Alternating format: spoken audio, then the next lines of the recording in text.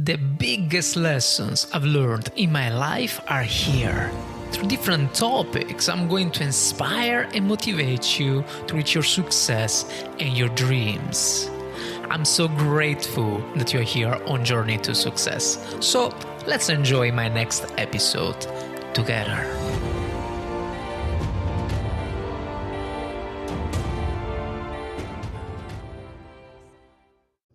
Welcome to the Fabio podcast, From Failure to Success. My name is Fabio, and I'm the host of this show. We dive deep into the incredible journey of John Chappelear. I don't know if I'm pronouncing very well. I hope so. Very close. because I'm Italian and my accent, it is what it is. So John faced some adversity before to reach his success, and he would like to say something about it. How are you, John?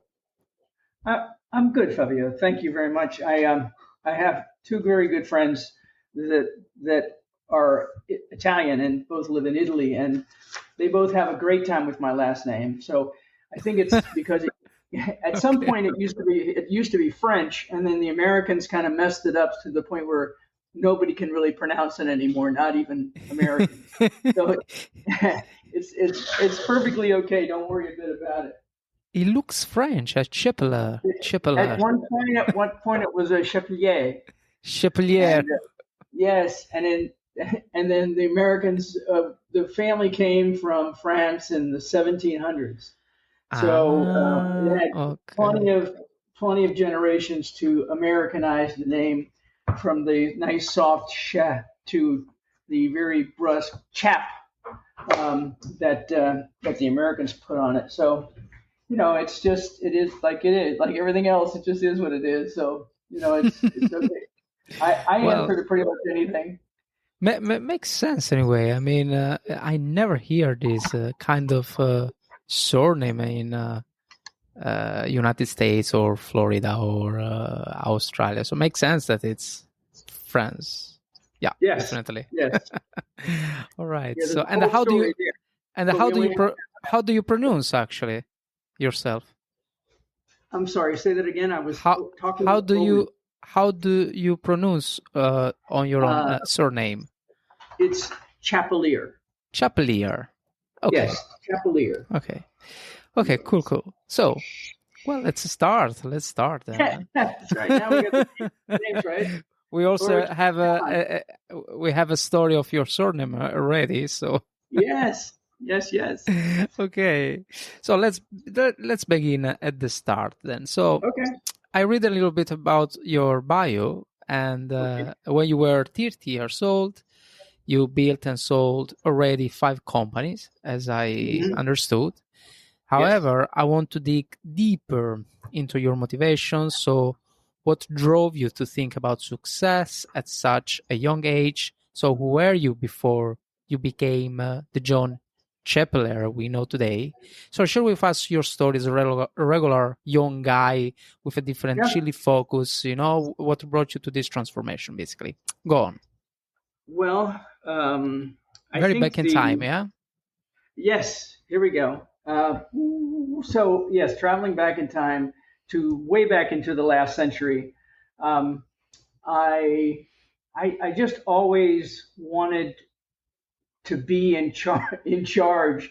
If I was in a fraternity, I wanted to be the head of the fraternity. If I was in a class, I wanted to be the president of the class.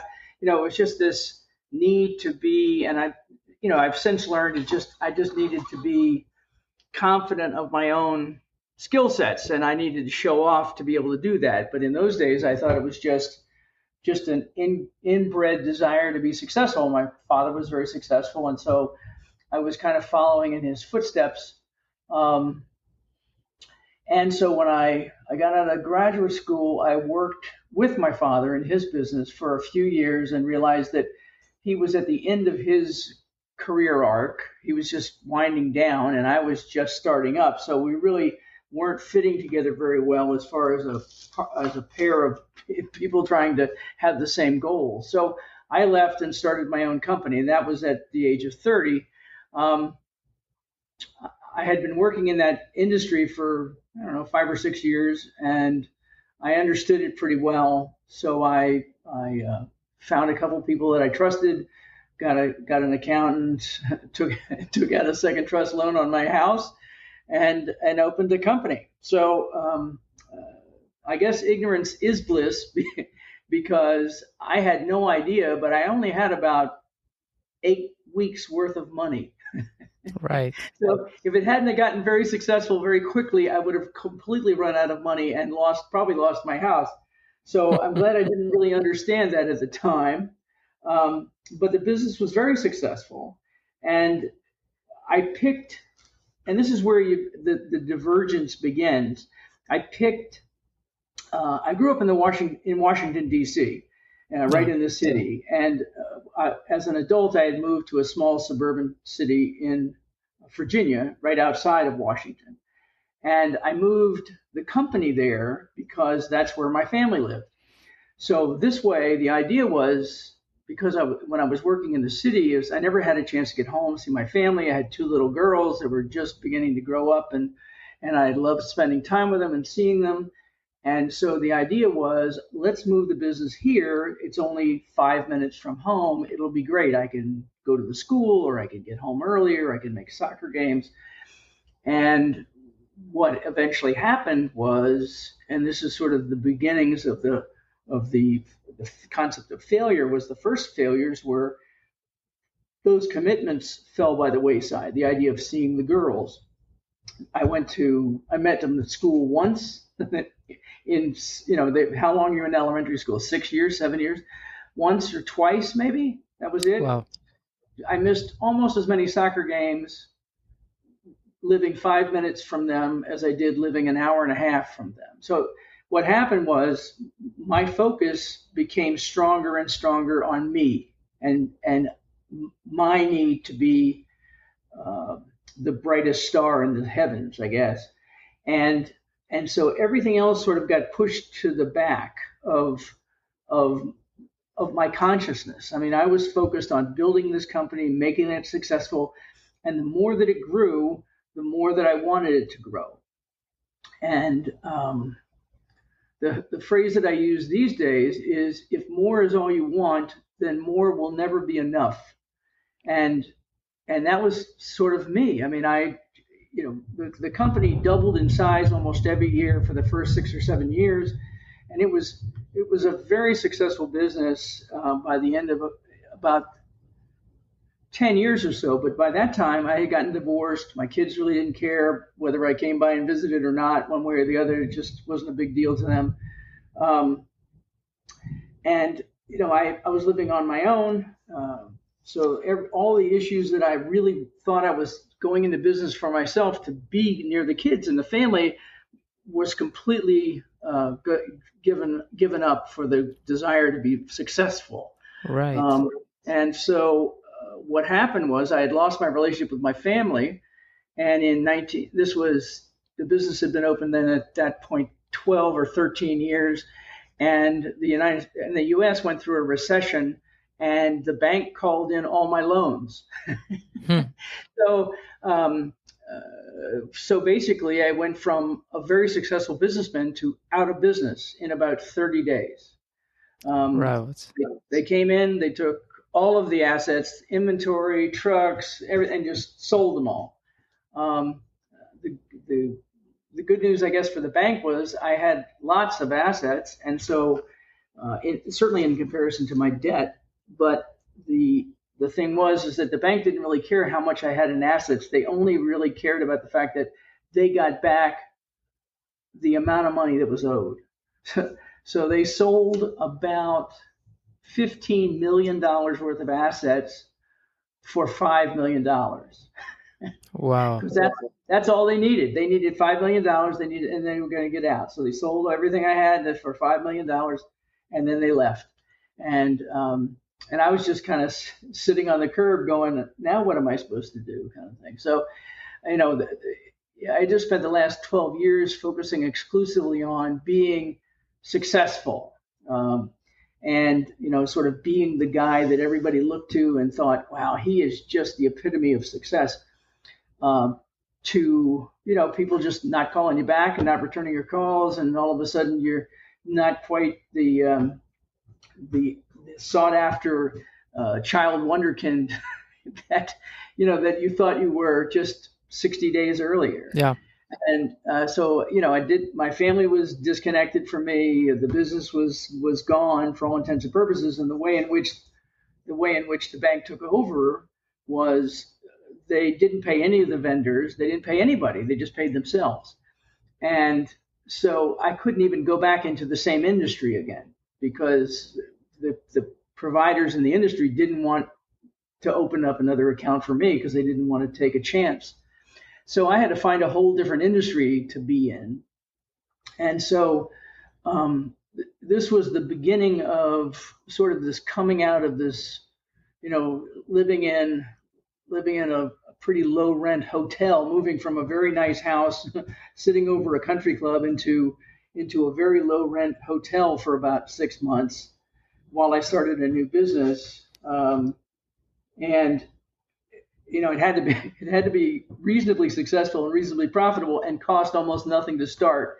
So that was a little difficult to figure that out, but I did figure it out and built a nice business that was much smaller and much easier to deal with, and allowed me. By this time, my girls were teenagers, and Yeah. allowed me to begin to spend more time with them. What was the business, if I can ask? The distance. The business, which kind The of business was? The original business was office supplies and office furniture. Oh, So okay. pencils, paper, rubber bands, and then desks and chairs and file cabinets, that kind of thing. Mm. And then the business that I created next was a print brokerage business, which is it basically is a sales position. I would get customers who needed printing, and then I would go and find a printer who would print the work for them. The printer would charge me Okay. $1, and I would charge the client $1.25. And so that way I could do any kind of printing the client wanted, and I didn't need to own any printing presses. But it's a very I think printers are frustrated artists, so they don't take criticism. They don't take criticism very well. So, but that business was very nice as it got. That business lasted about 12 years as well, and it gave me about 3 or 4 years of having my older daughter be able to work with me, and that was really fun. And this was sort of the beginning of a transition of realizing that life is about more than making money. Life is about more than just being successful or just wanting to gather more things. And I started noticing the difference when the way in which my kids started to treat me was, and I couldn't really figure out why they were treating me differently. And I talked to a friend of mine who was our minister, and he said it's because you're acting like you care about their needs and their interests. You're paying attention to them, and they're not on the back burner anymore. They're not they're not sort of little bit players in your play. They're important to you, and they realize they're important to you. And so that's why they're responding to the feelings that they get by being with you. And that struck a chord for me, in which I began to develop this was the beginnings of the development of the book that I wrote, and also the beginnings of my leadership, changing in the way in which I developed my leadership training and companies for training. And that is that to paying attention to the people in your lives is really important. And if you want people to work effectively for you, and you want people to be connected to you, then success is not what you're supposed to be focusing on. It's significance that you're supposed to be focusing on, and be valuable in the lives of the people who are in your life, whether that be at work or at home. If you are significant because you're caring about their needs and focus on their needs instead of my needs, it was amazing. As I began to focus on the needs of others, my needs began to get more satisfied more quickly and more effectively than they ever got when I was focused on me. Yeah. And the business became much more successful with much less stress and much fewer people.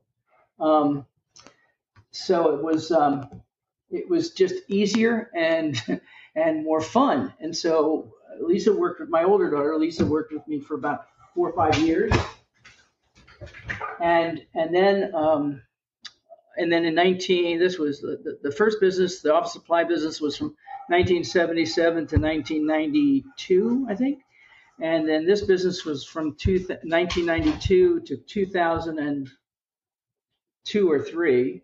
And I sold that business um, and decided that I would take some of these lessons that I had learned in life about significance and striving for something of value rather than just something shinier and bigger and new. Um, how I could be more valuable in the lives of the people around me, and how can I develop that into a leadership program. Yeah. So since leadership was sort of where I had always been drawn to, I also had learned from working with friends of mine over the years that there are a whole lot of people who are in leadership who are not treating their people as supportive and caring as they could. And if I could get them to change the way in which they were working, I could change the relationships of the company and the people. So basically, the new business began to build itself into a consulting business that helped companies change the way in which they valued their employees, raising the value of the employee to the point where the employee felt valued versus just somebody that shows up in a work slot and works for a certain amount of hours and then goes home, but is actually critically important and understands their value on a daily basis. And so that's what I designed in the way of a leadership program. And so the book ended up starting out as this sort of my story and sort of crashing and burning, and then beginning to rebuild on a different set of principles. The principles that I had learned as a kid, the ones that said, you need to be in charge, you need to, the leader's the guy in the front, the leader's the guy on the top, the leader's the guy who makes all the money, had to change that to a different perspective versus the leader is the guy who supports the other people to help make them successful. So the book is called The Daily Six, and it's just 6 simple components that you can practice on a daily basis that help sort of keep people who are as type A crazy as I was when I was in my 30s and 40s, and it's done me well. I practice these ideas every day. Sometimes I focus on one more than another, but the 6 components are willingness, and the idea about willingness is nothing changes unless you're willing to try it. If you try new behavior is uncomfortable, new ideas are uncomfortable, and that keeps so many people from trying new ideas and new behaviors because they're afraid that they'll fail. And people are so afraid of failure that I have a whole different issue of trying to explain to people that failure is an excellent tool, which is probably what you have found over the years in dealing with your podcast, is that there's nothing that teaches you a better lesson more quickly than failure. This is clearly not the right path to go down, but you have to be willing to try. Yeah. If you're not willing to try, so willingness is the first thing. You have to be willing to try new things, find new teachers, teach new lessons. The second one is quiet time, whether it be meditation or prayer or just mindfulness or whatever you want. Just a few minutes every day to set your heart and your mind in the right direction. And then focusing on service to others, which is number 3. Practicing love and forgiveness is number 4, which means just caring about the people who are in your life and not carrying resentments and anger and judgments forward into your day. Number 5 is gratitude, to be grateful for all things at all times. And this is, again, what I'm sure you found in your podcast is that even for failures. Be grateful for those Yeah. experiences because those experiences will put you somewhere else. And you'll look back on it and you'll realize that while it was not a pleasant experience, it put you on a new path that you are now enjoying.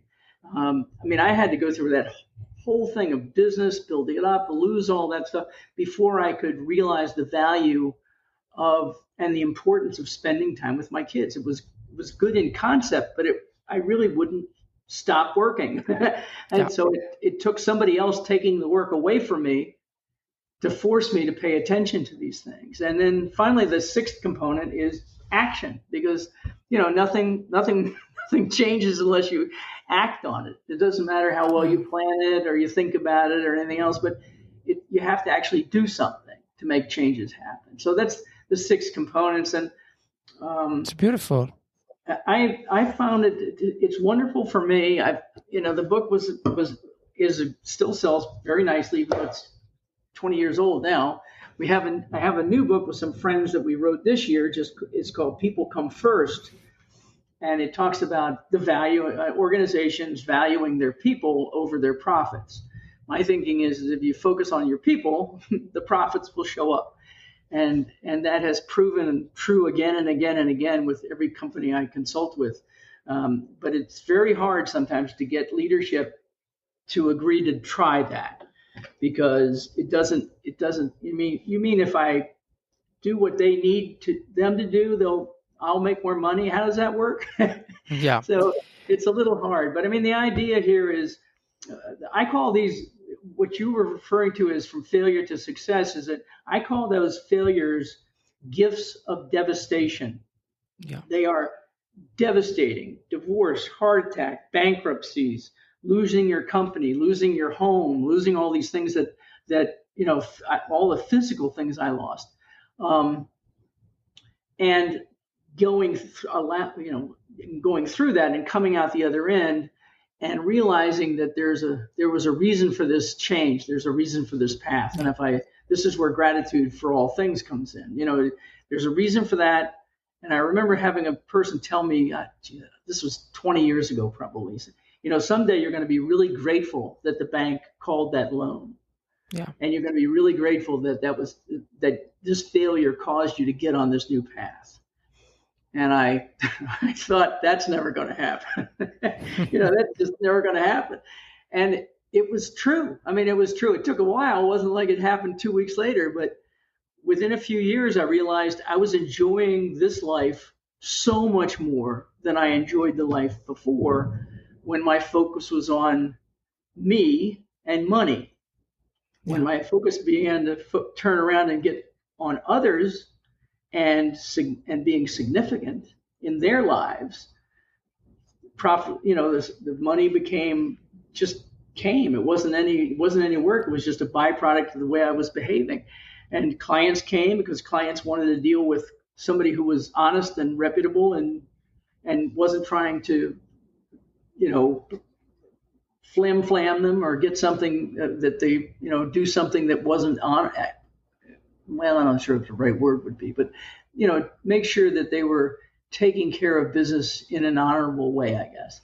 And I guess they just found that they enjoyed working with somebody who was just honest with them, whether it was something that made them feel good, bad, or indifferent. But that's kind of my story. I hope I didn't run too long, but that's the story. I've learned many, many lessons because of that. I probably learned as many lessons in the 20 years since that happened as I did. Well, now it's actually probably more like 30 years since that happened. But it was such a huge change of perspective. That's why my business today is called Changing the Focus. Yeah. Change the focus from what is in it for me, what am I getting, to what am I giving? What am I putting into my relationships? And the more I focus on that, the more successful I seem to be able to get. And that's all a byproduct of having been, just absolutely failed miserably as a younger adult in business. Before we go through, if you're enjoying this podcast, please consider taking just 3 seconds to share it with someone else. It is a small gesture that could make a big difference in someone's day. Now, sit back and enjoy the rest of the episode.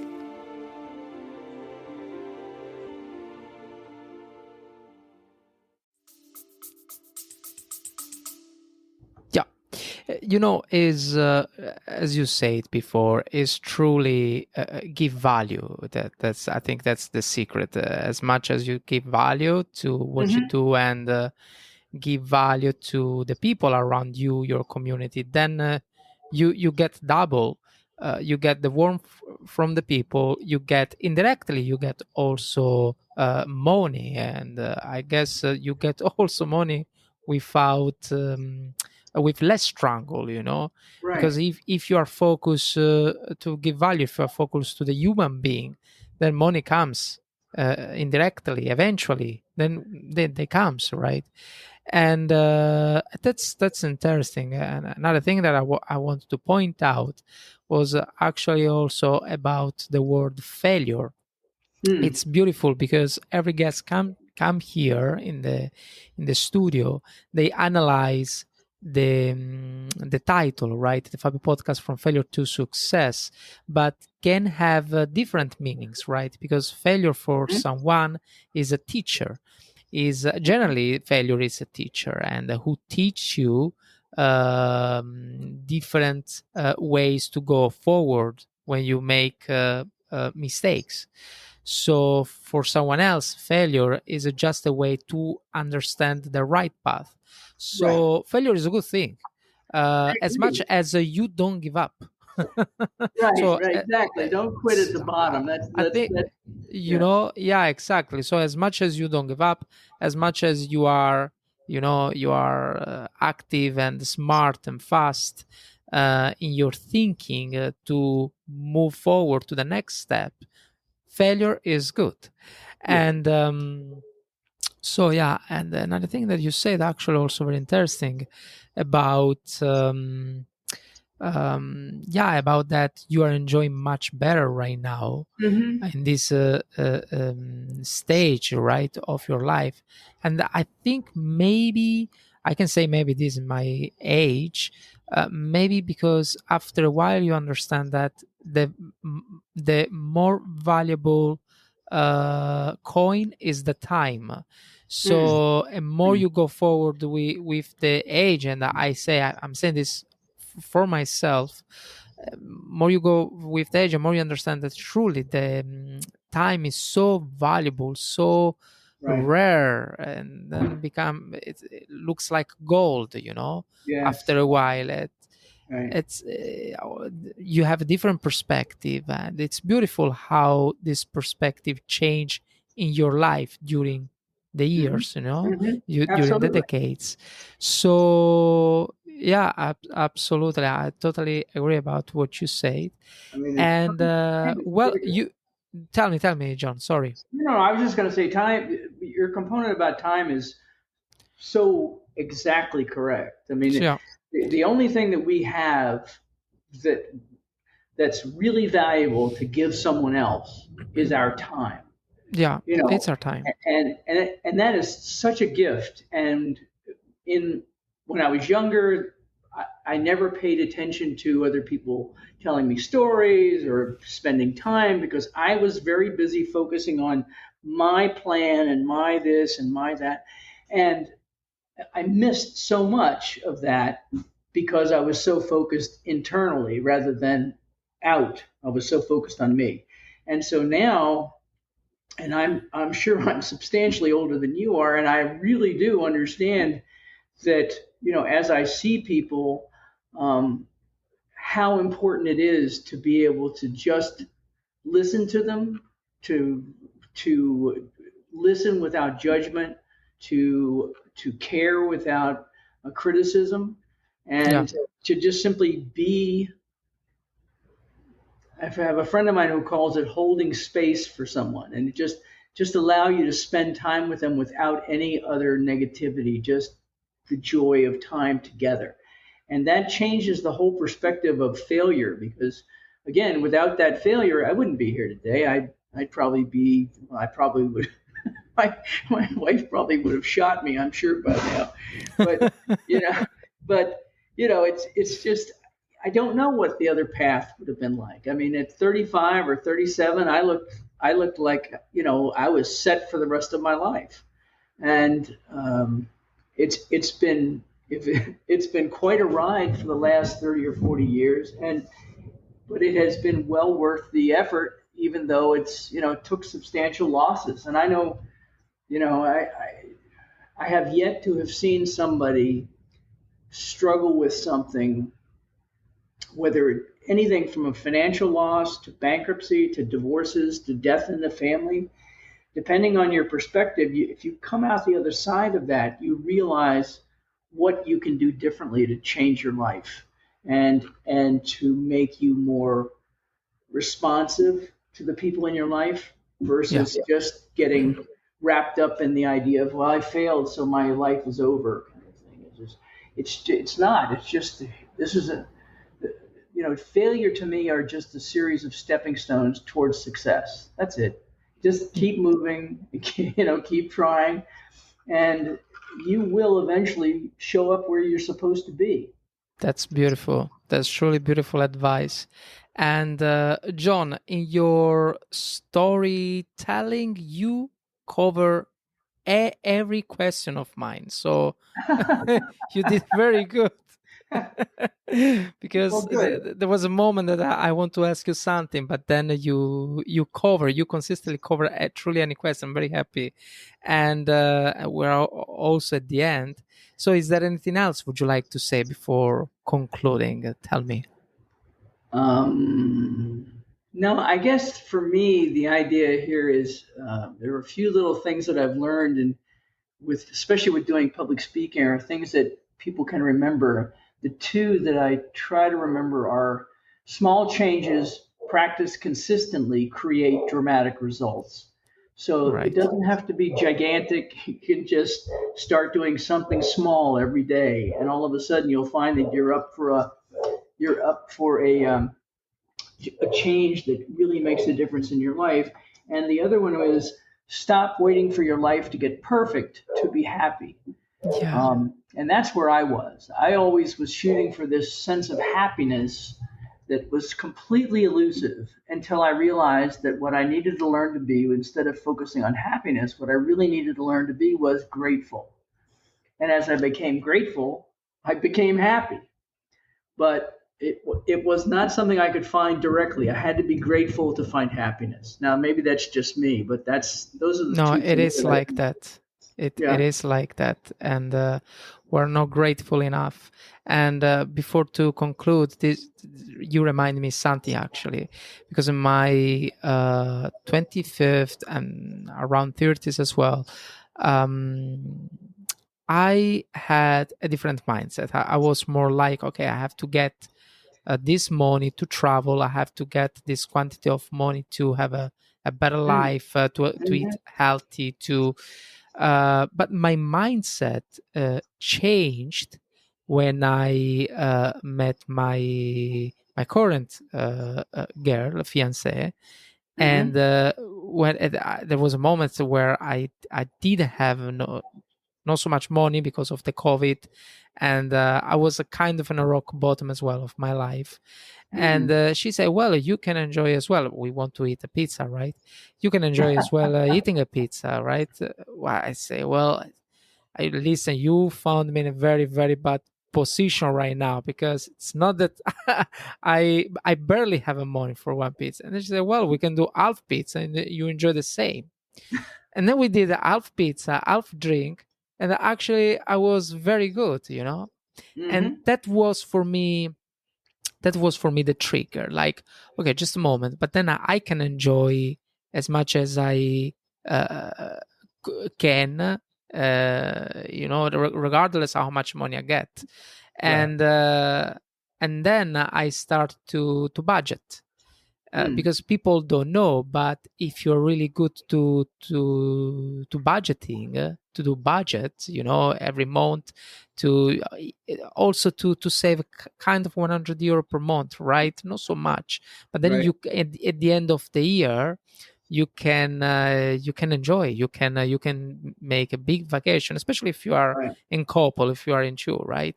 And Yeah. then this 100 euro per month, they become 1,002. If we are in a couple, or they become 2,004. Then you do big vacation, and you can have a kind of luxurious life. You know what I mean?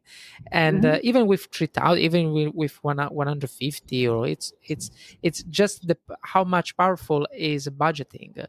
And in the last 4 or 5 years, in the last 4 years, I realized that to be happy, you have just to, I don't know, you have just to not think too much sometimes. You have not to overthink. That's Right. the No, reality, no, I, you I know? I agree. So yeah, because sometimes, most of the times, human beings think too much about what we want to do, but then we don't do, and then we're sad. It's normal. Yeah. So yeah, it's totally agree. And at the end, the thing that I want to say is that it's better to be grateful than yeah than just waiting something that never comes. Yes. So Yes. yeah. And John, yeah, I think we can conclude anyway. And as I say, you cover everything. I'm very happy for for this interview, and the time truly flies. So it's unbelievable. Yes. And right, Yeah, I so looked think down and I noticed it was 35 minutes. I was like, it yeah, doesn't seem like 35 minutes. It seems like yeah, we just yeah. finished. Yeah, it's already 35 So, minutes. It's unbelievable. And right, so thank you for this episode, and for coming here on the Fabio podcast, from failure to success. And just to my community, remember, your failures don't define you; they are simply part of your journey towards success.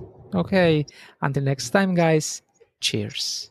Here we are. Congratulations, you just finished my entire episode. So, the only thing I ask is to take a moment to give Journey to Success a rating. By the way, thank you so much for being here on Journey to Success. I'm very grateful. Thank you, and see you next time.